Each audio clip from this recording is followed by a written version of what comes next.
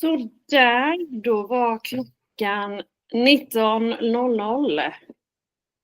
Och det är dags. Då kör vi igång helt enkelt. Kul! Helt innan vi startar så ska jag, för att följa alla lagar och regler, säga att vi spelar in det här. Är det någon som har stora protester mot det så är det bra om ni talar om det i chatten så vi kan ändra på det. Annars så förutsätter jag att ni godtar att det här spelas in. Precis, det är ju mer att Vill du dra lite ordningsregler? Vad sa du? Vill du dra lite ordningsregler? Ja, men det kan jag göra. Nej, men precis, så att inga kameror och inget ljud. Jag tror vi har sett till så att ni inte kan ha på det överhuvudtaget. Men även om ni skulle kunna det så ber vi er vänligen att stänga av dessa och hålla er till chatten helt enkelt vid frågor.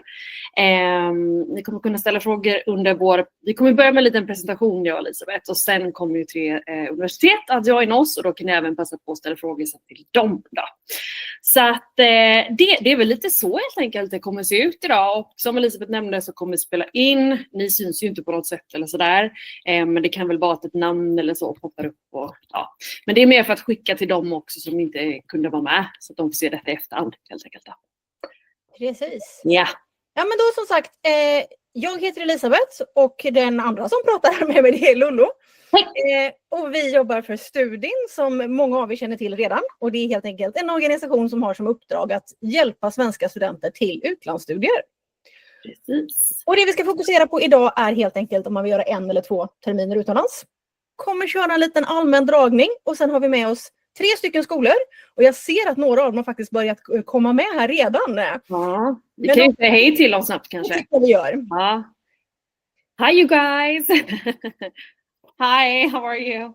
We're gonna have a presentation in Swedish for about 15 minutes and then you guys will be able to join us as well. Perfect! Great! Okej, Elisabeth, ska vi köra igång eller och berätta lite vad det här är för någonting? Tycker att vi startar helt enkelt. Ja, strålande. Så det vi ska prata om som sagt det är om man vill göra 1 till 2 terminer utomlands. Helt enkelt plugga på ett universitet eller college någonstans utanför Sveriges gränser. Precis.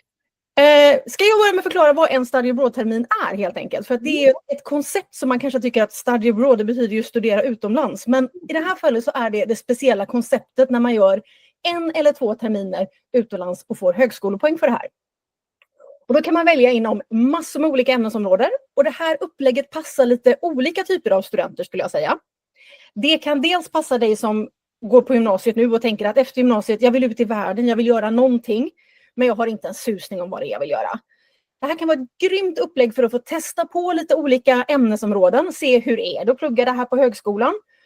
Jag har alltid trott att psykologi var jättekul. Men det visade sig att det var ju ekonomi jag skulle plugga. Eller vad det nu kan vara. Så det är ett smart sätt att smaka på någonting utan att signa upp sig för 3 eller 4 år. Det kan vara så att man tycker att nej, men det räcker att vara ett halvår utomlands. Det är lagom för mig. Annars så ser man det här som sagt som en liten trial kanske innan man bestämmer sig för någonting annat. Precis. Alltså vi har ju många som hör av sig till oss och säger att de gärna vill prova och bo utomlands någon kortare period och vill studera men som inte vet alls överhuvudtaget vad det är som man vill studera, och då är ju detta ett jättebra sätt att helt enkelt prova sig fram lite. För då väljer man ju kurser fritt från olika ämnesområden. Så att om det är någon som hör av sig och säger att jag vet inte om jag vill studera psykologi eller marknadsföring eller teater, då är det här ett väldigt kul sätt att faktiskt prova sig fram på lite inom olika områden helt enkelt. Samtidigt som man är utomlands och har the time of your life så att säga. Ja, precis. Sen kan det här också vara ett väldigt bra upplägg för den som redan börjar på högskolan här i Sverige. Ja. Man kanske läser ett program här och känner efter sådär 1 eller 2 år att ja, men det här var ju kul men jag saknar det där internationella inputet, jag vill ut i världen. Då har ju väldigt många av universiteten möjlighet att skicka det på utbytesterminer till någon annanstans, vilket är toppen. Men man är lite begränsad av det, för då kan du bara åka till de universiteten som ditt hemmauniversitet har ett avtal med. Och det kan dessutom vara så att den där populära destinationen, den vill alla åt, så att du får inte det du helst vill ha. Då kan vi också hjälpa till. Så att man helt enkelt gör en termin, det som kallas då för free mover. Helt enkelt att man gör terminen utomlands, får man stämma av med sitt hemmauniversitet och se vilka krav ställer ni på kurserna som jag läser utomlands för att jag säkert ska få tillgodoräkna det här i min examen i Sverige. Precis. Det kan vara ett ganska smart sätt också att få den där drömskolan som man kanske inte fick via utbytet. Exakt. Jag brukar dra det här som ett exempel, men min sambos lillebror, han läste sin master på Chalmers och kände sig inte så inspirerad sista perioden och kände jag vill ut och göra sista terminen någon annanstans på någon häftig destination. Och då snackade vi lite och kom fram till att Bali kändes som ett intressant alternativ för honom. Så han var ju där sista terminen helt enkelt av sin master och sen fick han i sin examen från Chalmers men gjorde sista terminen helt enkelt på Bali då. Så det är ganska häftigt. Det är ett grymt upplägg. Visst. Och sen frågar Ester här i chatten vilka länder man kan åka till och vi kommer prata om det och gå igenom alla destinationer som ni kan åka till. Så att, det kommer. Och det är en av sakerna som jag tänker man ska fundera på det här när man åker, om det bara är en termin. För en termin är ju ungefär sådär 4 månader.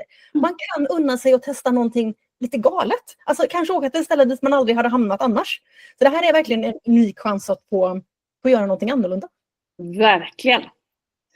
Kul, ska vi kika lite på olika ställen och vad man kan göra? Precis. Vi börjar med ämnesområden tänker jag. Ja. Och det här är egentligen en väldigt, väldigt snabb slide just den här för att man kan nästan läsa vad som helst. Nästan. Ja, men det är några saker som man ska vara lite försiktig med. Och det kan vara en del utbildningar i Sverige som inte tillåter att man har läst en kurser utan att räkna in i sin examen. Men ofta så går det alldeles utmärkt. De allra flesta utbildningar i Sverige har ju möjlighet att läsa, eller man har möjlighet att läsa en del fristående kurser och där brukar det funka med det mesta. Men vill du inte räkna in det i en svensk examen, ja då går verkligen vad som helst. Exakt. Det är väl svenska språket som kan vara svårt. Men i övrigt det kan vara tufft. Alltså, och svenska lagar och lite smått och gott. Men det mesta kan man ju verkligen läsa. Vi har slängt upp lite alternativ här på ämnesområden som många väljer. Men alltså, det finns ju hur mycket som helst. En av våra skolor i Kalifornien exempelvis, där kan man ju faktiskt ta en surfkurs och få högskolepoäng för. Så att jag menar, det finns ju kurser inom allt verkligen. Så att man kanske upptäcker något nytt också som man inte ens har tänkt på att man kan läsa och sen när man ser det så tänker man det här lät ju hur intressant som helst. Så att det finns ju otroligt mycket man kan läsa. Exakt så. Och det är som sagt möjligheten på väldigt många skolor ges att blanda totalt. Så att man måste inte liksom nischa in sig på någonting helt och hållet om man inte vill. Utan du kan ta en kurs i marknadsföring, en kurs i foto, en kurs i juridik eller vad det är. Och hur många kurser man läser beror lite på hur långa de är. För vanligtvis är man ju upp i då heltidsstudier, vilket oftast motsvarar 30 ECTS, det vill säga 30 högskolepoäng per termin. Mellan 3 till 5 kurser brukar det innebära på de olika skolorna. Exakt. Och sen har Linda ställt en fråga, vilka kurser är det som inte går att tillgodoräkna i sin examen? Så, ja. Och återigen, det beror ju lite på, det mesta kan man ju tillgodoräkna. Precis, är du osäker så ska du prata med den skolan som utfärdar din examen. För det är alltid de som i slutändan har liksom the final word på det här. Ja. Så det är alltid de som utfärdar examen som bestämmer vad får jag räkna in i den. Exakt. Jag kan ta mig själv som exempel.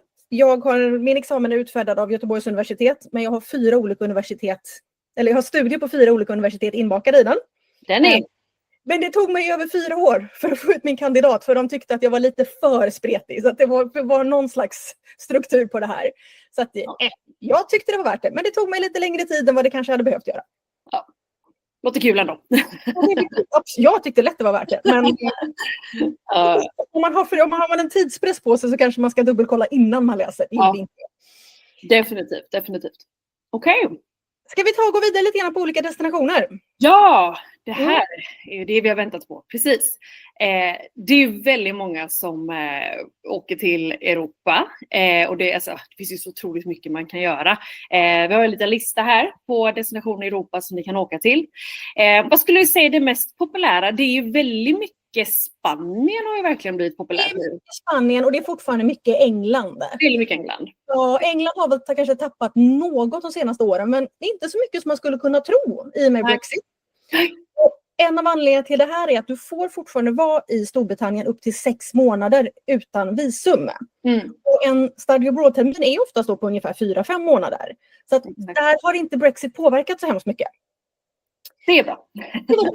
Men jag ska säga absolut annars som du säger, Spanien är väldigt populärt och vi jobbar med ganska många olika spanska skolor. Och det som är kul är att av de skolorna som kommer att sladda in här om 10 minuter med oss så har vi både ett brittiskt och ett spanskt universitet. Så vi kommer att ha Regents University och vi kommer ha universitetet i Sevilla med oss alldeles strax här. Så att har man specifika frågor om just de länderna eller de universiteten så definitivt häng kvar några minuter till. Absolut, absolut. Och sen är det också lite kul, alltså Grekland till exempel, det är ju ett ganska nytt alternativ vi har att erbjuda. Det ska vi också åka och välja bland en mängd olika kurser som i Thessaloniki till exempel. Vi har ju faktiskt en bild här på American College och Thessaloniki. Så att vi har ju, det kommer ju nya alternativ hela tiden och det är det som är så spännande.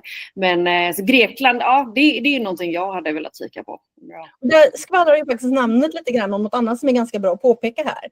Och det är att du kan läsa kurser på engelska i alla de här länderna. Så du måste inte kunna spanska för att plugga i Spanien utan du kan läsa helt och hållet på engelska på ett spanskt universitet och så vidare. Och då har Vendela frågat i chatten, är det enbart de här länderna som ingår? Och i Europa är det ju de länderna. Men vi kommer ju till fler världsdelar strax också. Så att, vi tar det världsdel för världsdel helt enkelt. Vi korsar Atlanten. Ja. Nord- och Centralamerika. Och vi har ju faktiskt med oss Hawaii Pacific University som kommer joina oss alldeles strax om man är sugen på den delen av USA. Långt från fastlandet, men det är fortfarande USA. Men vi har extremt mycket där och vi har också alternativ i Kanada, Mexiko och även i Costa Rica faktiskt. Det är lite spännande. Det är spännande, så att det är väldigt prisvänligt också. Där kan CSN faktiskt täcka hela kursavgiften och även i Mexiko. Så att jättekul att kunna erbjuda de alternativen också. Men vad ska vi säga i vanligast där, Elisabeth, det är väl väldigt mycket Kalifornien skulle jag väl ändå vilja säga. Också, men svenskar gillar Kalifornien. Ja. Det är ju vädret och så, men även New York, Hawaii, Seattle, så att, Florida, det finns massa spännande alternativ där. Vad har vi här för roliga bilder? Vi har San Diego State University, det är ett jättebra alternativ exempelvis om man vill kunna plocka in väldigt olika ämnesområden i och med att de erbjuder så extremt mycket. Men ni ser även Langara College och Ullasit i Costa Rica där också då. Smått och gott. Men vi går vidare tänker jag. Absolut. Asien som också blir mer och mer populärt ska jag säga. Mycket bra. Det är många som väljer att plugga i Asien. Framför allt skulle jag säga när det gäller då fristående kurser. Att man är där en termin bara. Och här har vi ett stort utbud av många spännande destinationer. Jag vet, räknar vi Dubai till Asien? Ja, men det tillhör ändå den världsdelen. Ja, men det är klart, det är inte det man tänker kanske så. När man, men det är Asien. Ja. Ja, men härligt. Det är som sagt, här är bara ett urval av alla länder som finns och som erbjuder just upplägget med fristående kurser. Så det är mycket att välja mellan. Jag skulle säga kanske att det som toppar popularitetsligan här är väl kanske Dubai och Korea. Dubai och Korea och ändå ganska mycket till Indonesien också, just Bali framförallt då. För att det är så låga levnadskostnader, man kan leva väldigt bra där för inte alls mycket i månaden. Och så har de väldigt många spännande kurser och erbjuder också på 3 olika universitet som vi jobbar med där. Så det skulle jag också säga, men annars är det definitivt mycket Sydkorea och även en hel del Dubai.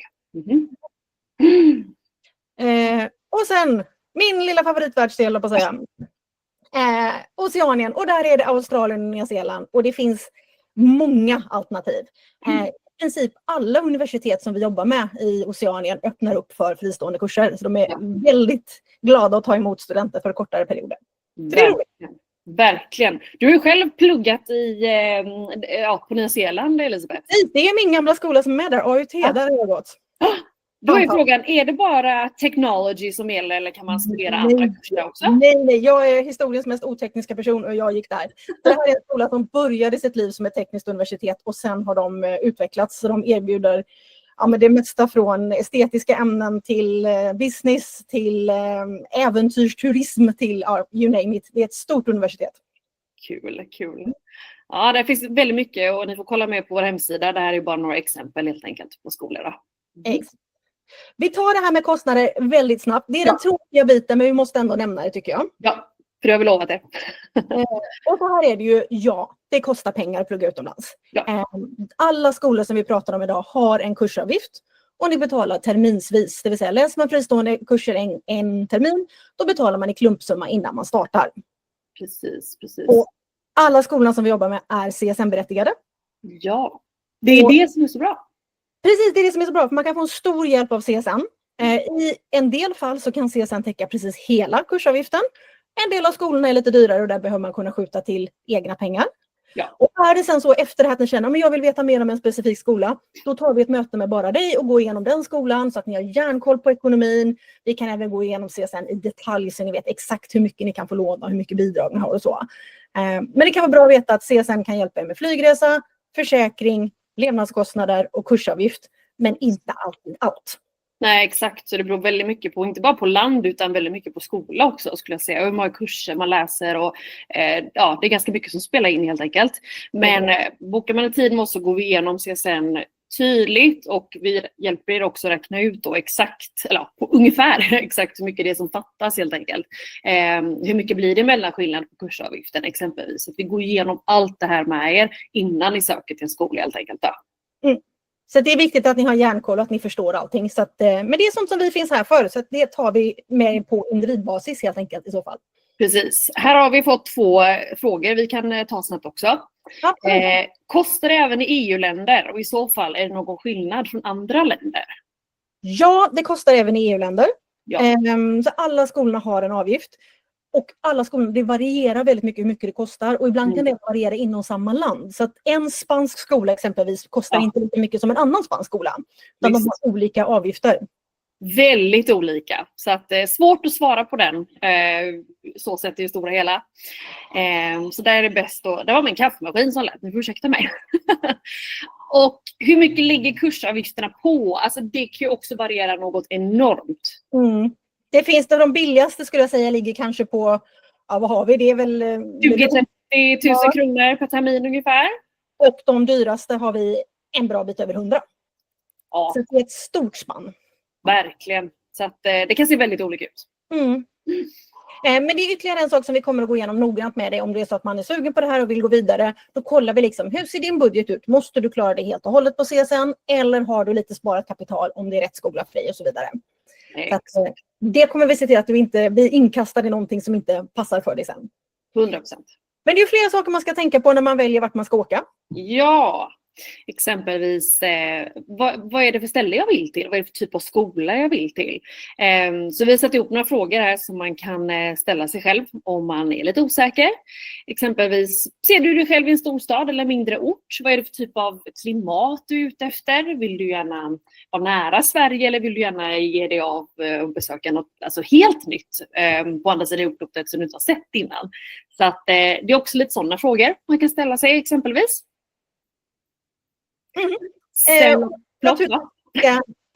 Vi märks att vi har förberett det här bra. Ja, visst. Nej, men också vilka ämnen kan den här skolan erbjuda mig? Är det något specifikt jag vill läsa? Då är det ju jätteviktigt att det erbjuds på den skolan vi söker. Det finns ju skolor som är specialiserade på allt ifrån marinbiologi till film. Och givetvis är det 2 jätteolika saker. Och är man intresserad av det ena så ska man ju inte söka till den andra skolan. Så att, vilken typ av kurser erbjuds? Och hur ser skolan ut i form av, är det stora klasser, är det en jättestort universitet som har massa olika ämnesområden eller är det en smalt, lite nischad skola som bara specialiserar sig på någonting väldigt unikt? Och vad av det är det du föredrar? Ingenting som är rätt eller fel, men det passar olika typer av studenter. Exakt, och man kan också fråga sig själv lite vad är det för typ av campusliv jag är ute efter? Är det viktigt för mig att kunna bo på campus eller kan jag tänka mig andra typer av boenden också? Finns det någon viss sport som man är intresserad av kanske som man kan syssla med på skolan? Så att jag menar, det är väldigt mycket sånt här också som vi kan hjälpa er med så att även den delen känns rätt helt enkelt. Ja men precis. Och när du ändå är inne på då vad vi kan hjälpa till med så är det lite grann från där vi är nu. Förhoppningsvis ge lite inspiration och information. Och sen baserat på vem du är och vad du behöver så hoppas vi att vi kan hitta rätt skola. Och därefter så hjälper vi dig steg för steg genom hela ansökningsprocessen. Och det som kan vara skönt att veta är att hos studien så får du en handledare. Så att när du väl har bestämt dig vilken skola du vill söka till, då är det en person, det kan vara Lollo, det kan vara jag, eller det kan vara någon av våra kollegor som kommer att hjälpa dig från det att du säger, ja men jag vill söka det här, tills dess att du är på plats på skolan. Så det kommer alltid någon som du kan ringa och säga, du nu har jag hänt det här, jag vet inte vad jag ska göra. då finns vi här. Exakt, så man får som en coach kan man säga då, som hjälper en steg för steg tills man sätter sig på flyget helt enkelt då.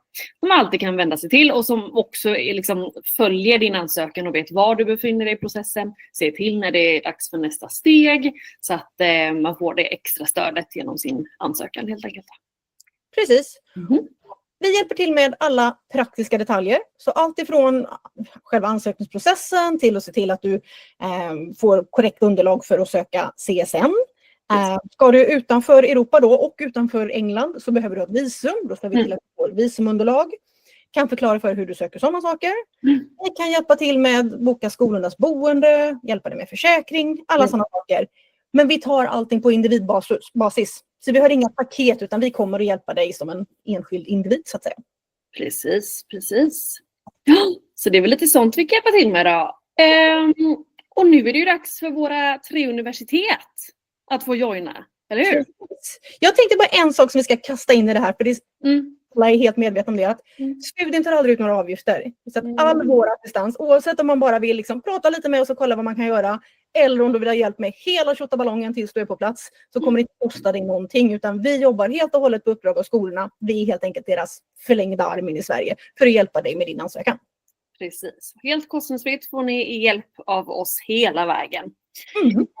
En till fråga har vi faktiskt fått här. Är det bara 1 till 2 terminer man kan ansöka för eller kan man läsa hela kursen? Då tänker du säkert ett program, alltså en typ av examen. Och det kan man ju självklart göra på en jättestor mängd olika skolor. Just det här infomötet handlar ju mer om de som vill iväg 1 eller 2 terminer och faktiskt läsa fristående kurser. Men självklart kan du läsa ett helt program också. Det kan vara allt från ett kortare program, något slags certifikat eller diploma på något år, till en hel kandidatexamen, master, alltså ja, det är helt upp till er helt enkelt. Men det här är nischat med på fristående kurser just idag då. Ja, och då är det så att man vill läsa en hel utbildning, då finns det många fler länder att välja mellan. Än de vi har pratat om här idag. Så att idag fokuserar vi lite grann på fristående kurser som Lollo sa. Men är det så att du är intresserad av att läsa en hel utbildning, släng iväg ett mejl till oss och bokar vi ett möte med just dig för att se vad det är du vill läsa och så ska vi kunna hitta en skola åt dig med. Precis, hör av er till info@studin.se. Jag skickar in det i chatten där så att ni alla har den. Så, okay, we have a couple of universities with us today. And now you guys are welcome to join us. Hi.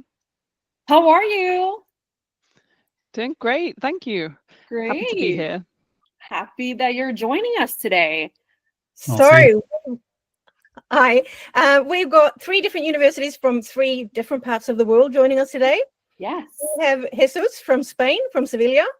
We have Mihaela from Hawaii Pacific, so the US. And we have Kate from London, from Regent's University London in the UK. Yes, welcome.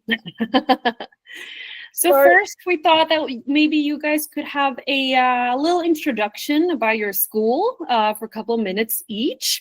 And now the question is, who would like to start? Maybe Regents? Sure, yeah, happy to. Great. And guys, if you have any questions, just feel free to write them to us in the chat and we'll answer your questions as soon as we can. So, the screen share button is grayed out for me, but that's okay. I can just do some talking. Okay. You can see you see, I don't need my presentation because I have a beautiful image behind me.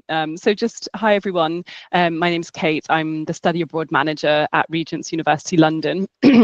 London is a wonderful city. It's a big city. There's so much to do. You're never bored. I think it was ranked the top city in the world to be a student as per the QS rankings. There are lots of universities in London, but we're very lucky to be right in the centre, about a 25-minute walk to Oxford Street, which is the central shopping street you all might have heard of. And we have a beautiful private campus in Regent's Park, which is a royal park owned by the King of England. So I don't think many people can say that they study on royal land. You can also live here as well. So I'm just going to move out the way so you can see this lovely building, which is the entrance to our university. So you can already imagine now it's very leafy green, lots of squirrels and birds and nature. It's absolutely beautiful and relaxing. We're a small university of around 2,500 students, super international. About 80% of our students come from other countries. So they're all arriving maybe for the first time living abroad. So if you were to want to come and think about Regents, you certainly wouldn't be alone. We're used to welcoming international students. And we operate on a small class size basis. So you'd only ever be in a classroom with 14 students on average. So you get lots of personalized help and support and guidance from the teachers, and they know you super well. By the time you get to graduation, they're like hugging you in photos, and it's really friendly.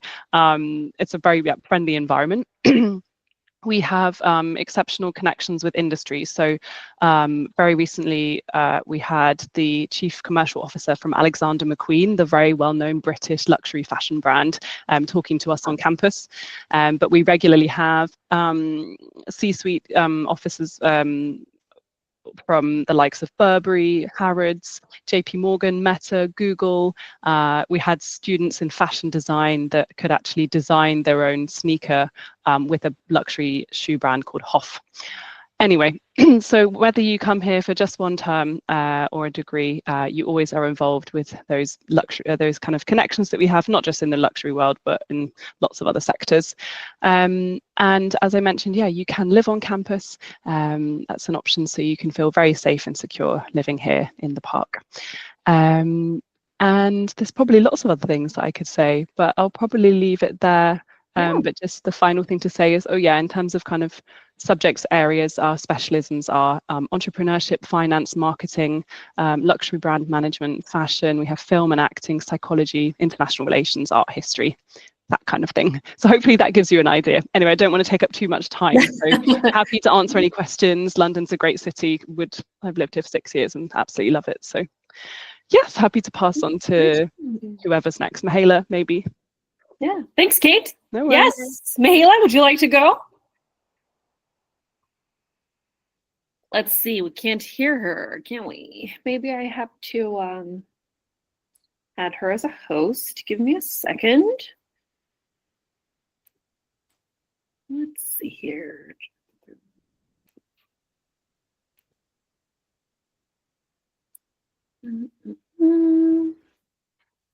Can you hear me, guys? Yes, we can hear you, but we can't hear Mahala for some reason.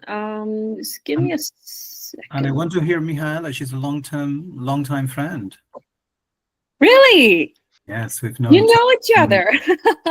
Well, how about this? He says maybe you could start, and then I can try to fix the technical issues with Mahala. I do that in a very Spanish way, trying to save the day over here. Thank you. Appreciate it. Friend is always a friend. Well, I'm Jesus Diaz. I'm in charge of the international office of a private university center, which is part of the University of Seville in southern Spain. We specialize in mainly the tourism, hospitality sectors, but also in journalism, communications, media, and other related areas. Seville is a wonderful destination, and I hate to say this because people from Seville just claim that it's the most amazing place in the world. We just have good weather and good history. That's it, basically. And then we're just enjoying what people left for us or nature gave us in any case. But being here in USA has become very fashionable in the last 10 years.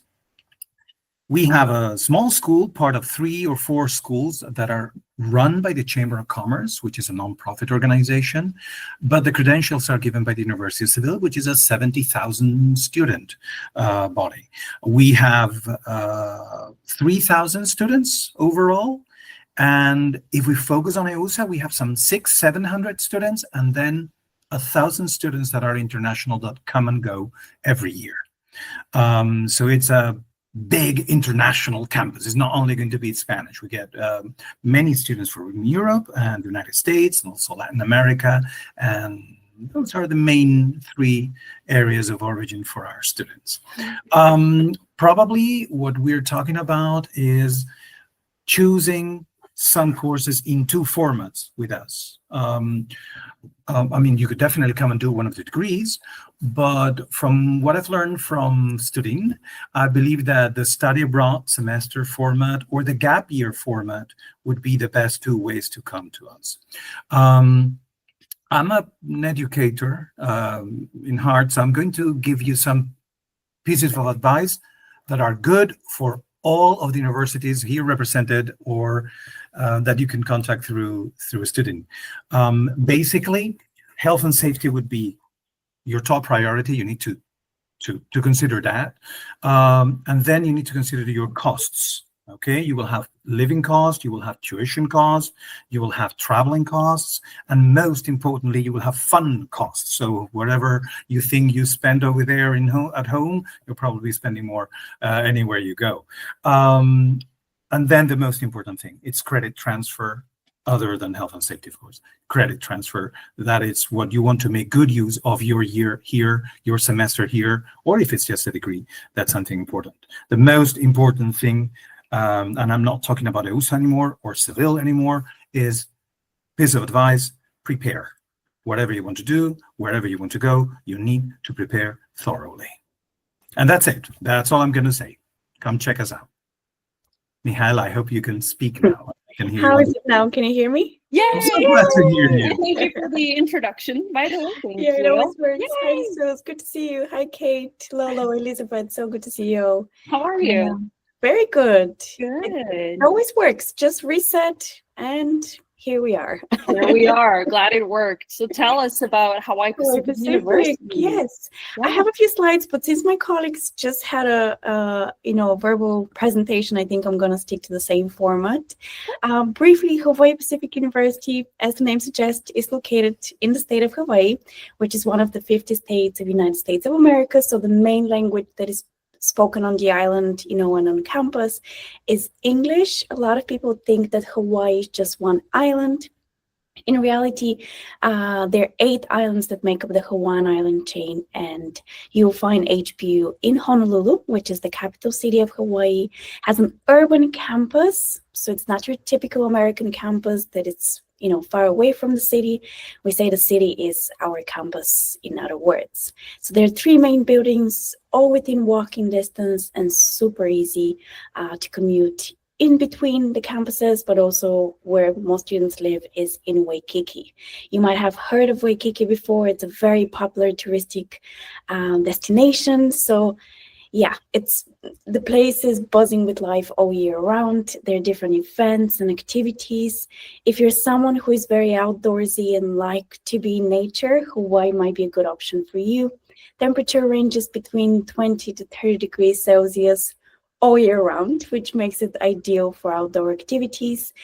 Students like to go surfing, hiking, snorkeling, paddleboarding, or simply relaxing on the beach after a long day of classes.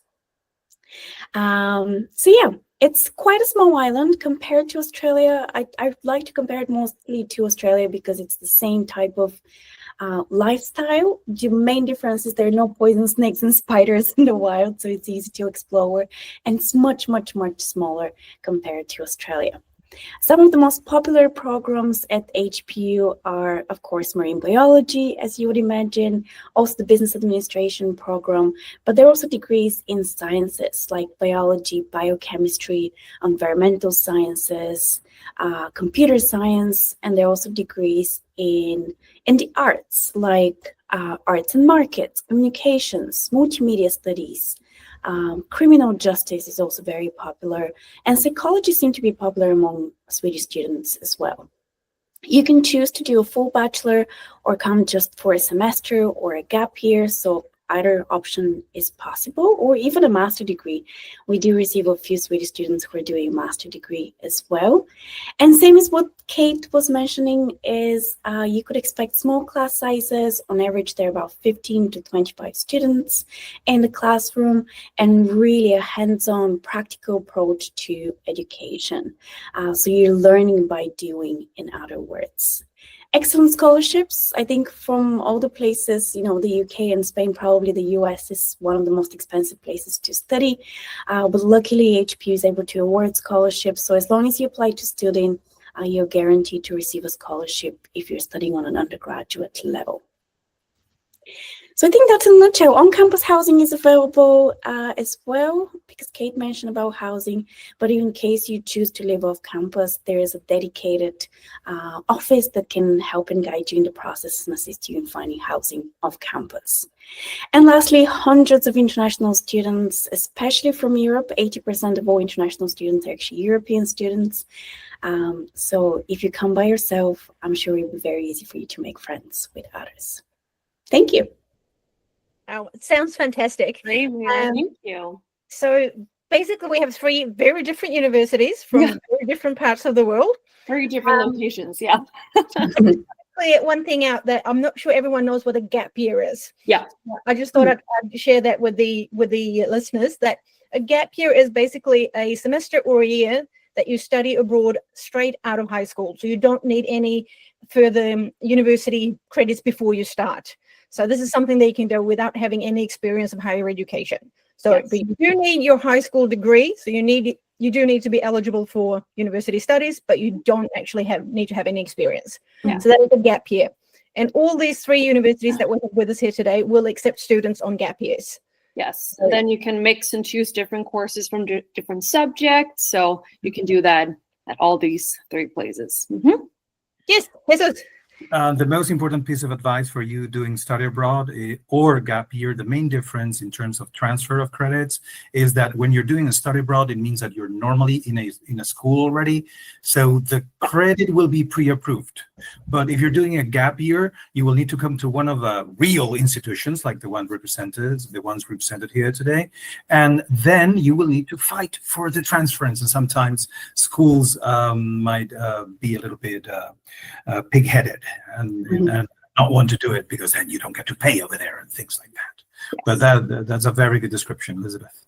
So all to the listeners here, all the viewers, this is basically a study abroad semester as a free mover. That's what we call it, right? So if you want to do the free mover study abroad semester, then yeah, that's the same thing basically. Yeah, and the gap year study abroad where you pick and choose different courses. Yeah. Kate. I like how we're going for the physical hand. Always efficient, eye-catching.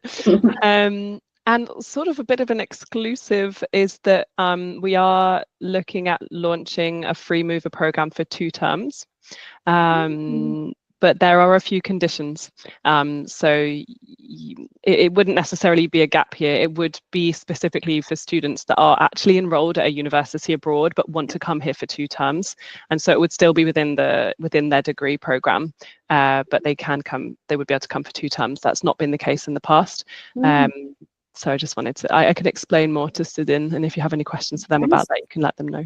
Oh, perfect. That is good news, because we do get questions for students who want to study a full year abroad. Yeah. So we're very excited when universities can help us with that. Yeah. Now, Mihaela and Kate, you already told us a little bit about your university special programs, like your flagship programs or your flagship subjects. Jesus, would you like to tell us what's the most popular topic to study in Seville?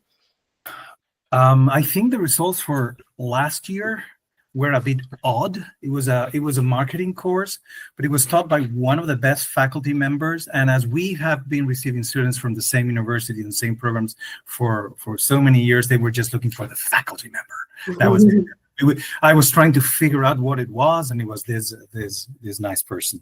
Normally it's photography. Normally is anything that has the students carrying a camera on their shoulders, things of that kind. Of course, we also have Spanish language if they want to take it. But they get to choose from 40 different areas. The good thing for our school, and I'm sure that Kate and Mihaela will understand this, and you guys as well, is that our courses are taught in Spanish, but they're also taught in English. So if you want to take everything in English, you can take it everything with us, and that's the lingua franca right now. That's probably why we get so many students. You get the beautiful Mediterranean weather, and then you get a beautiful city, and then ugly me and good faculty. Right. And Mihaela, what would you say are the most popular courses for your students to take? Yeah, certainly marine biology. Yeah. But for a full degree, marine biology for full degree. And then when it comes for study abroad, probably business, communications, same as Jesus, a lot of multimedia, photography, acting, video editing as well seems to be very popular. And then anything within the business, like marketing management, depending, I guess, on the course that students are following back home. Right. That makes sense. Yeah. It can vary a lot, basically. Yeah, it's a comprehensive university, so there are over 50 plus programs that students can choose from, both in sciences and also humanities. That's amazing. Yeah. Let's see here. We actually have a question here. Very good question. This is one that comes up a lot. Yes. Do you want to read it for us, Elizabeth? Sure. It's from Daniel, and he says, I'm a bit older. It's been a few years since I finished high school, but I've recently gotten my certification to be able to study at university level. Is this still an option for me to figure out my own way forwards academically, or do I have to enroll at a university and go the free mover route? So basically, most universities will be happy to have you. Are there any special regulations when it comes to mature students that you want to share with us? Or are they just, same process as if they would have been a 19-year-old fresh out of high school? Yeah. There you go. Same process. Long as the degree, the diploma from high school is valid, that's all you need. Age is not a problem. It won't be like that in the States or in England. Yeah. There you go. There you go. Good news. Good news. Definitely. So I wanted to ask you guys a little bit about the campus life as well, like what kind of clubs and maybe sports you can offer, what are popular options for your students. Can you tell me a little bit about that as well? Maybe Kate wants to start? Yeah, sure. So there's a variety of things. So yeah, obviously a lot of universities have a real focus on sports. So at Regents we have what's called a student union. That's something very typical of the UK. So it's a student run and a student led body, and they have different societies and sports clubs that they will run. And so we have an award-winning polo club. It's very niche if anybody's into polo. But we also have rugby, football. We have exercise classes every night of the week, Pilates. We also have puppy yoga, which everybody's always very excited about.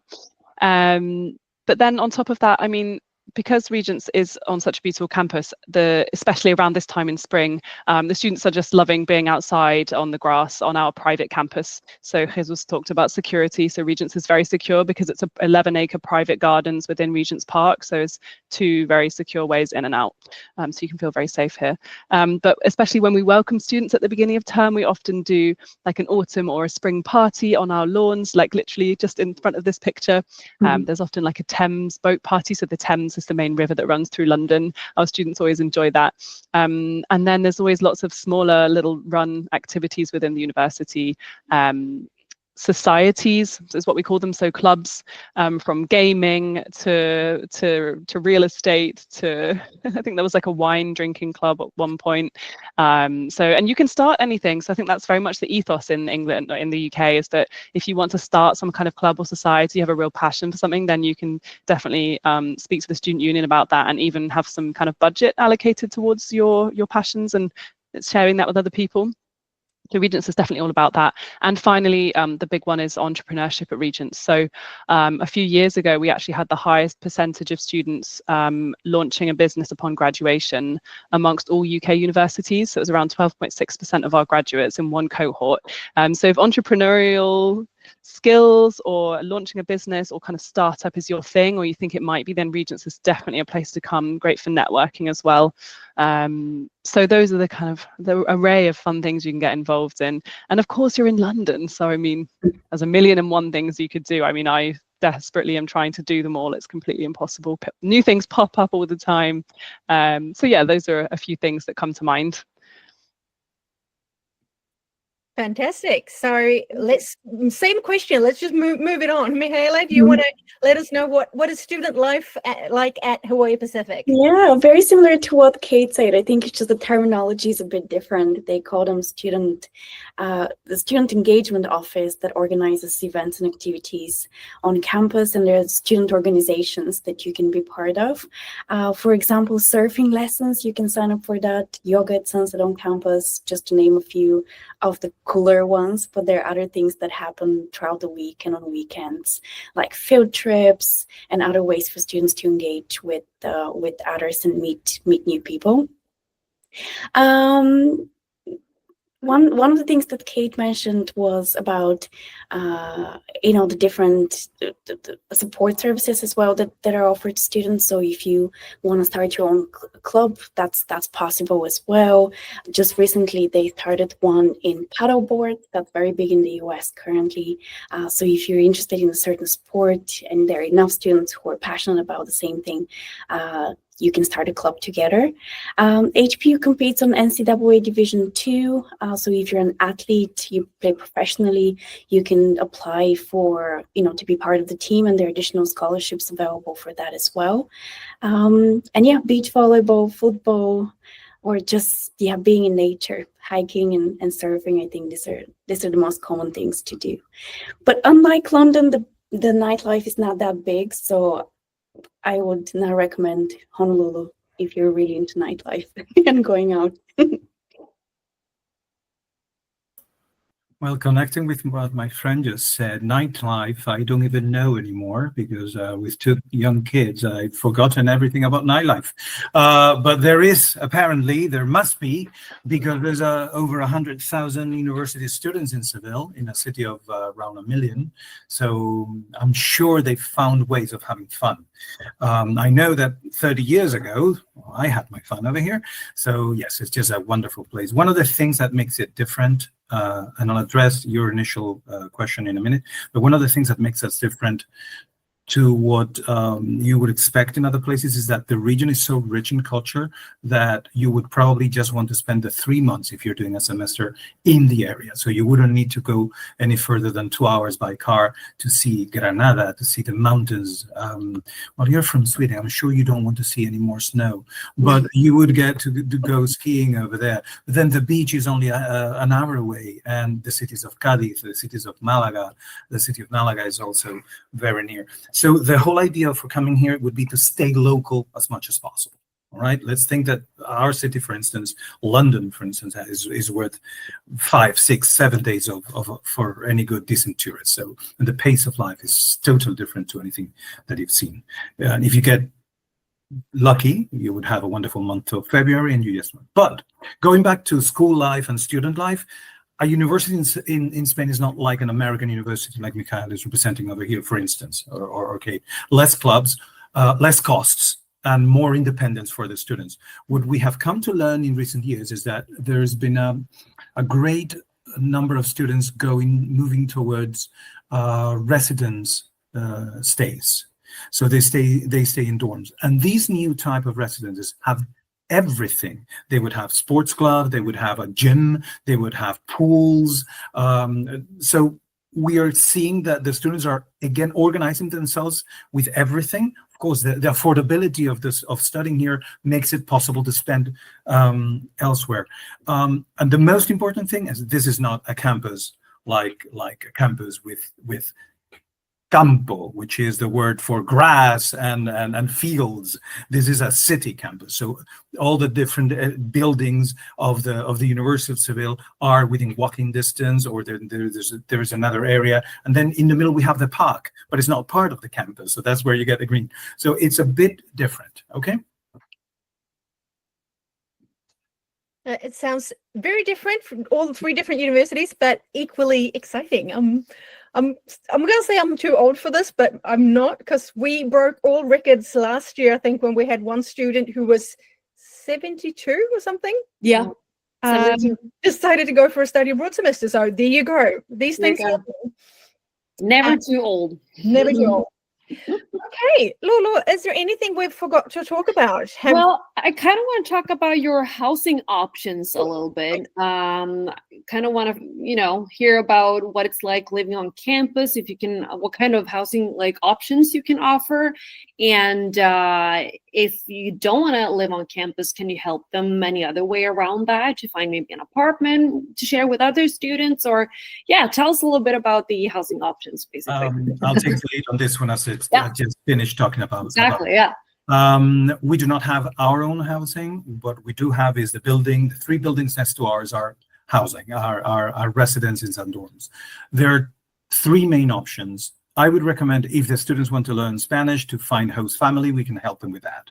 We will provide them with information on prior to arrival with companies, or we will give them our own contacts for that. But then the other 2 options are apartments or residences, dorms. And there are many options in Seville. Seville is not in need of housing as much as you can feel it would be the case for cities like Dublin, for instance. I'm thinking off the top of my head for something that I heard recently. So the students will receive information. Everyone finds accommodation, and we receive over 1,000 students a year, and they find accommodation because it's plentiful. But they should be coming to Seville for dorms, shared apartments, or only in the case that they want to work on the Spanish, families. Okay, so while we're on the topic a little bit, I know we've been talking about it a little bit, but Seville is quite affordable. It is a city, compared to many other cities, is not as expensive when it comes to living costs. Would you agree? Definitely. Okay, so our student, if they're sharing an apartment, I doubt they would have to spend more than 400 or 500 for a good quality 1 room in a shared apartment.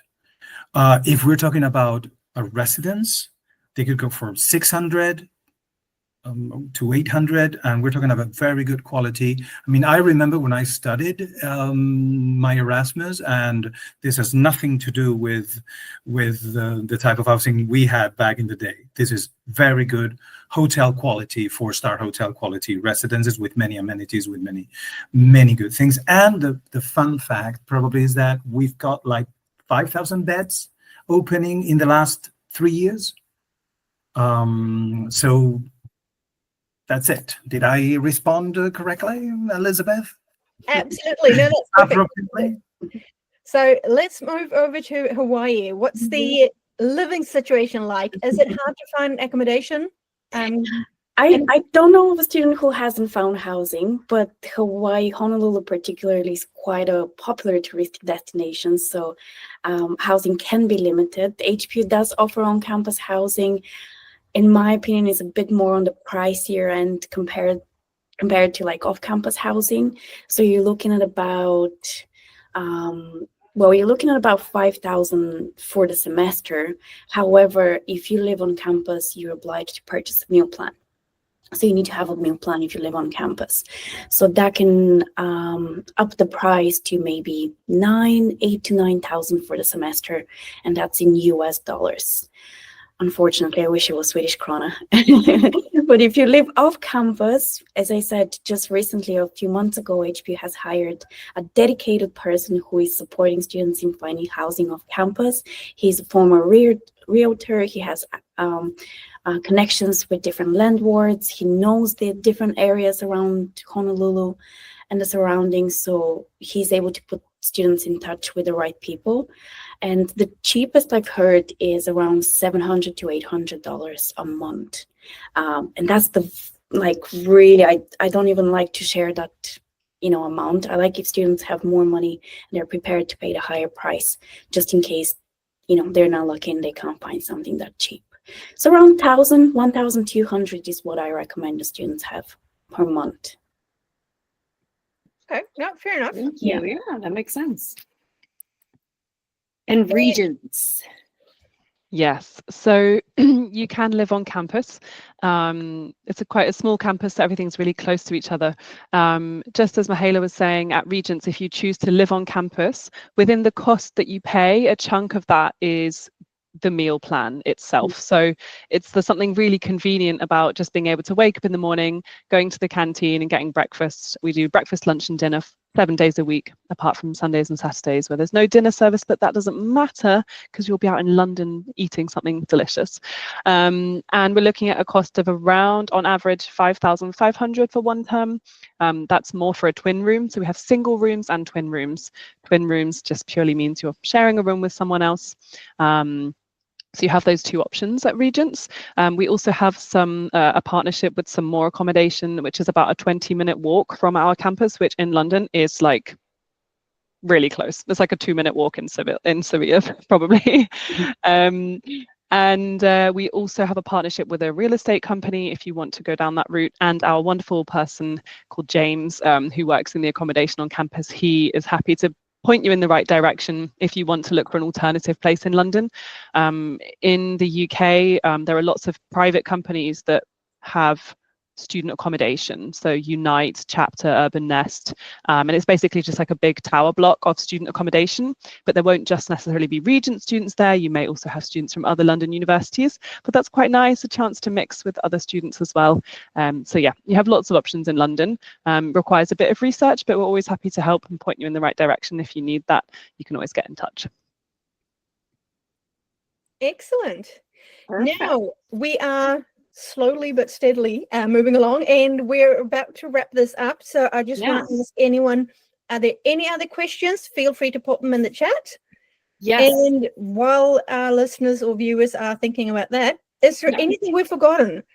Kate, and Jesus, is there anything that we should have talked about that we haven't talked about? Yeah. Is there something else you want to cover? Something you want to add?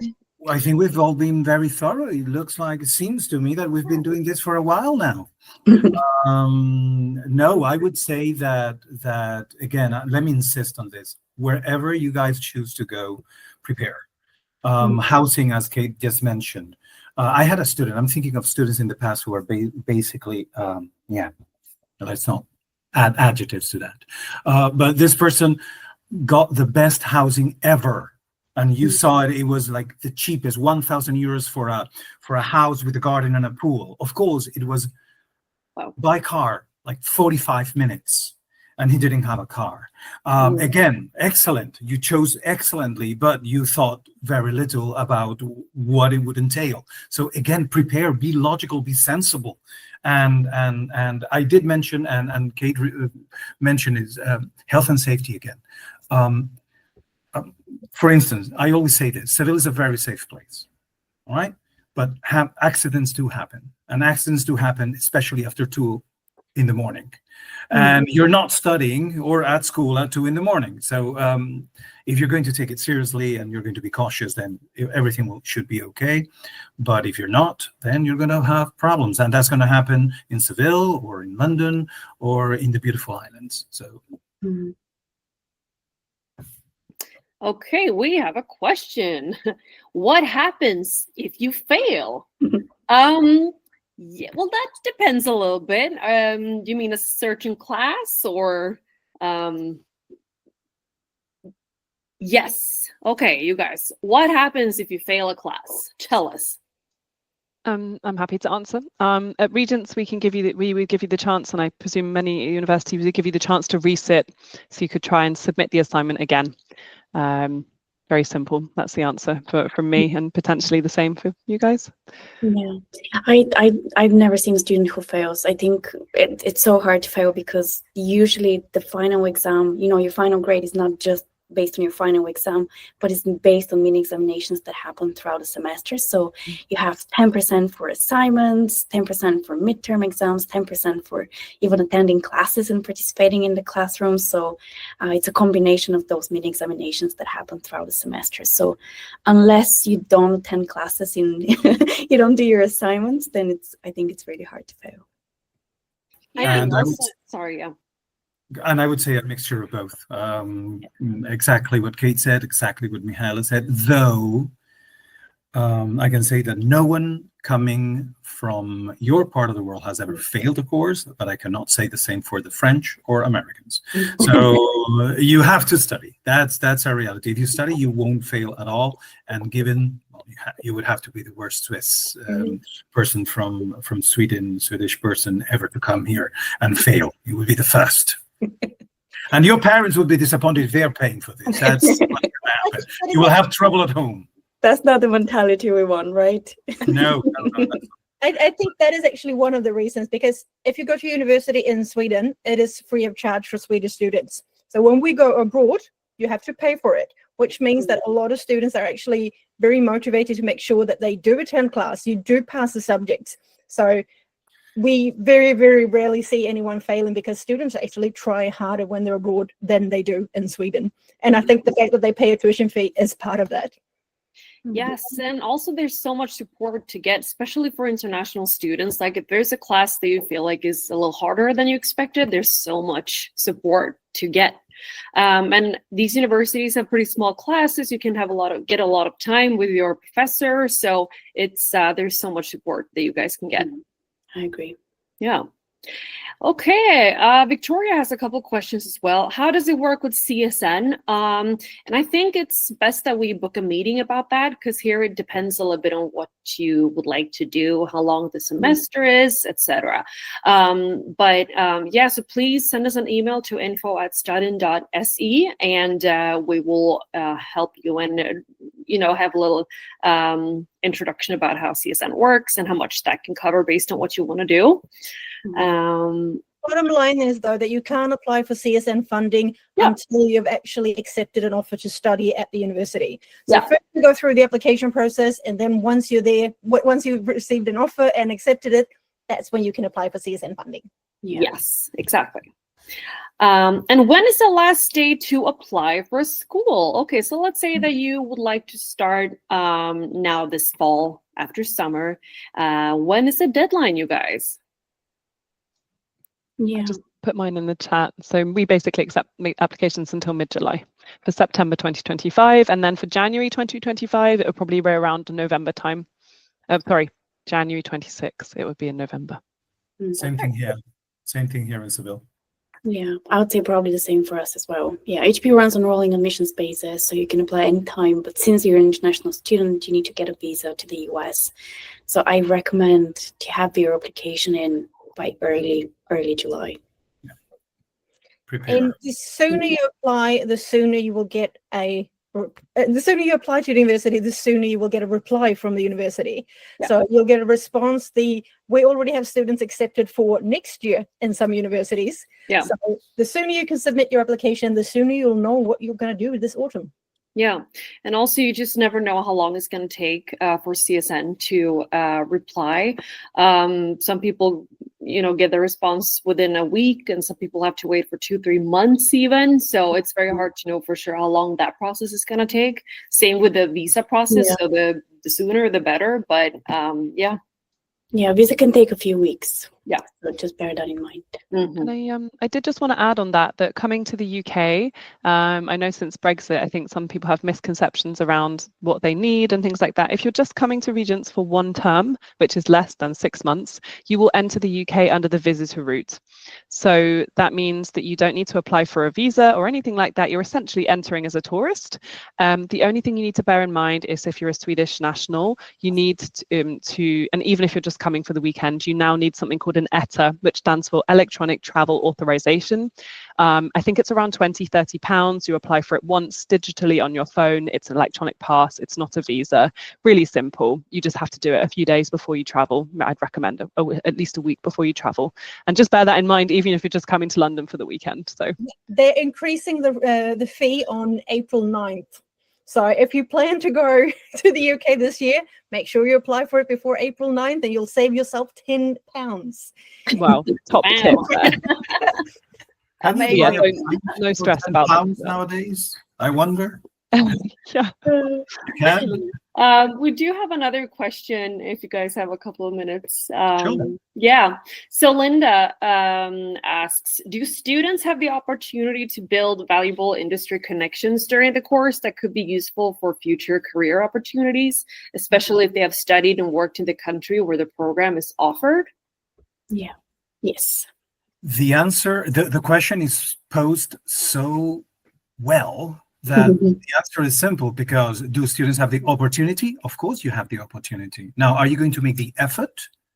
If you do, then you will get the chance. EUSA, for instance, and I'm sure that your institutions do this as well, is placing 100% of the students on internships, and 152 internships. And we are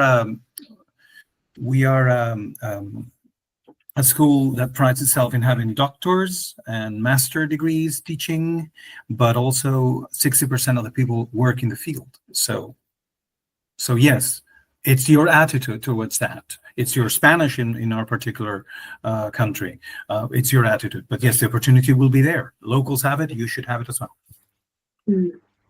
Yeah, I echo that. It's very similar. And you can do an internship, and then once you graduate, you can work in the US.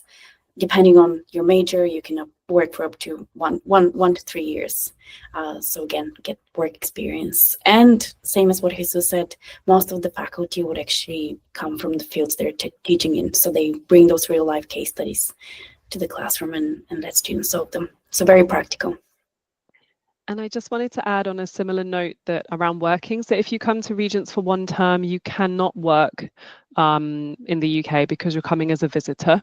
But that's okay, because there won't be time, because you'll be having fun and you'll be studying. So it doesn't matter.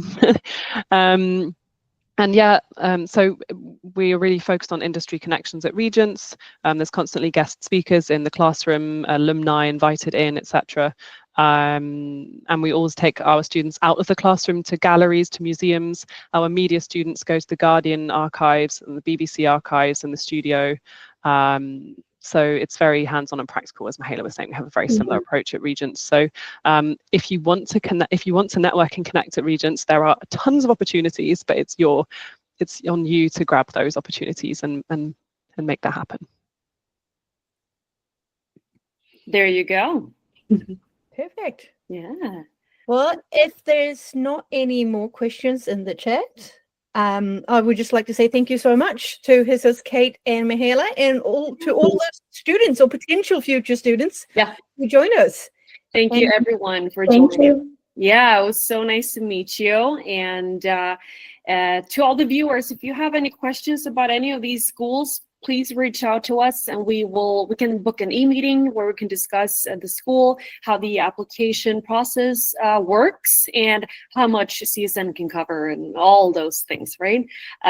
So again, I added our email address, but I will add it one more time. It's info@studin.se, and yeah, feel free to reach out to us, and we hope that we can send you abroad.